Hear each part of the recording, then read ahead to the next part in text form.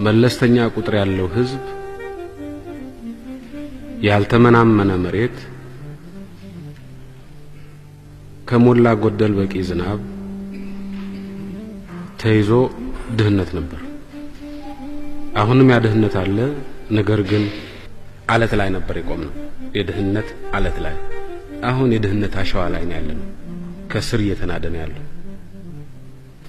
ይሄ አንድ ለውጥ አለ።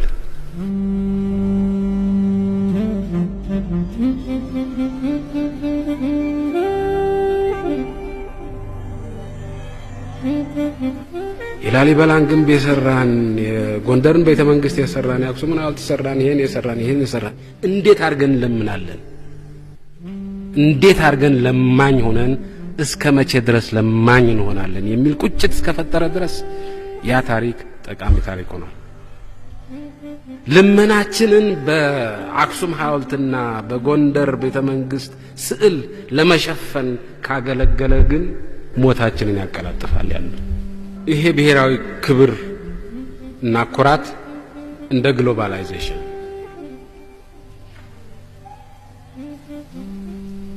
እንደ መልካም አስተዳደር እንደ ሌላው ሁሉ ከሰርቫይቫል አንግል ነው የምናየው።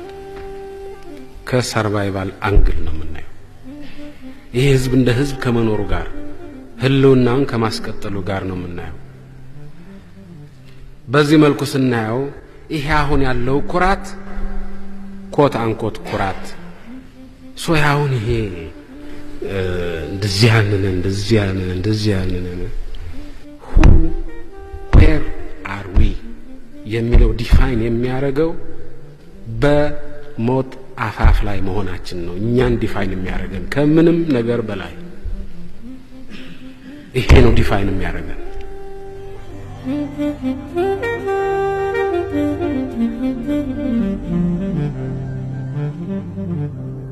የበፊቱ ለኛ ትርጉሙ ምንድነው? ከዚህ ጠርዝ ለመውጣት ከአለፈው ታሪክ የምንቀስመው ሞቲቬሽንና ፓተርን ካለ ብቻ። ያለፈው ታሪክ ትርጉሙ ለአሁኑ የአሁኑን ተግባር ለመምራት እስካገለገለ ድረስ ነው። የአሁኑን ተግባር እየመራበት ያለው አቅጣጫ የሞት አቅጣጫ ነው። ከስር ያለው ድሪቶ እየተቃጠለ በላዩ ላይ ጋቢ የመደረብ አቅጣጫ ነው። የበፊቱ ታሪክ የአሁኑን ተግባር ኢንፍሉዌንስ እያደረገበት ያለው እስካሁን ድረስ።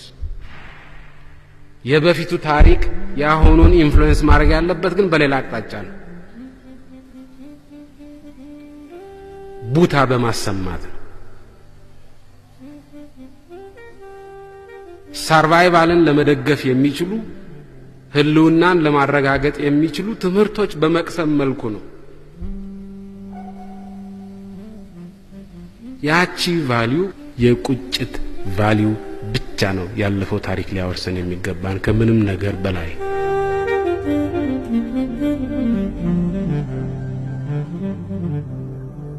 አንድ የኢሉባቦር አርሶ አደር ነው።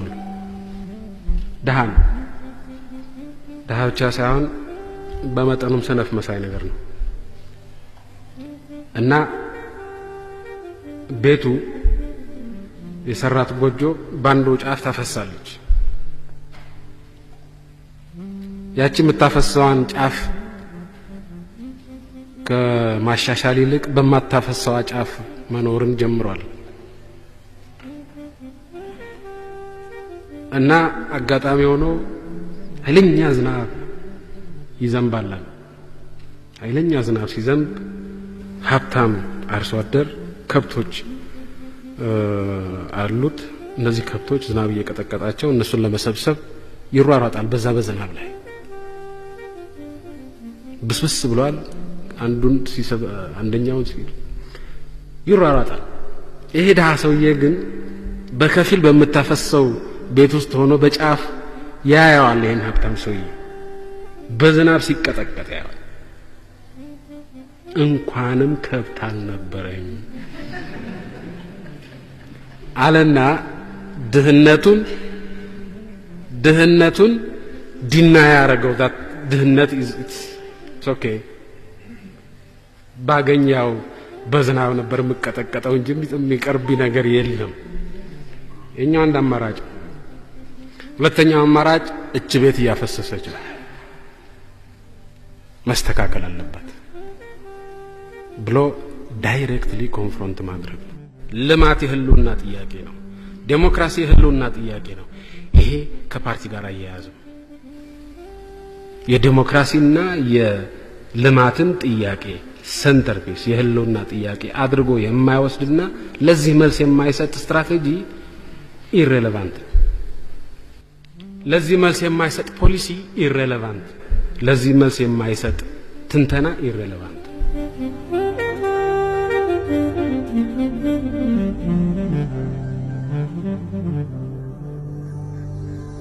ድሃ ስለሆን የዓለም ጋርቤጅ በላያችን ላይ ይፍሰስ አይደለም እያልን ያለ ነው። ድሃ ስለሆንን እየፈሰሰ ያለውን ጋርቤጅ ለማውጣት፣ ለማጥፋት፣ ለመጥረግ ሌት ተቀን መረባረብ አለብን ነው እያልን ያለ ነው። እዛች ርብርብ ላይ 1 ግራም ጉልበት የሚጨምር በሙሉ ወዳጅ ነው። እዛች ርብርብ ላይ 1 ጋት ወደ ኋላ ጎትቶ የሚይዘን ሰው ጠላት ነው።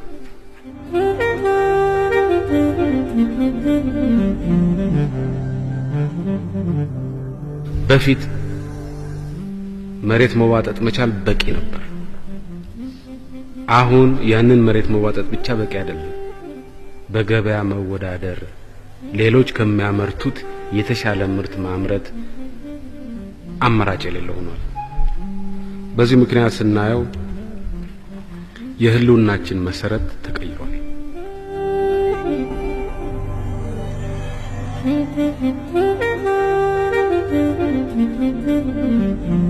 ከግሎባላይዜሽን ከዚህ ከዓለም አቀፉ ትስስር ውጭ መሆን አይቻልም።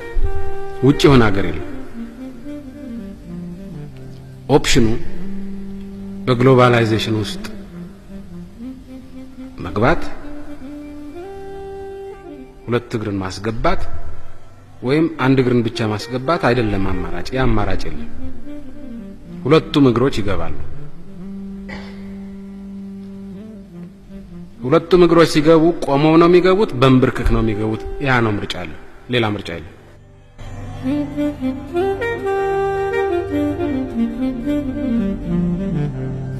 ተዝናንተን በሳብሲስተንስ የምንኖርበት ኢንቫይሮንመንት ተቀይሯል። በውድድር ማሸነፍ መኖር፣ በውድድር አለማሸነፍ አለመኖር የሚሆንበት ኢንቫይሮንመንት ውስጥ ገብተናል።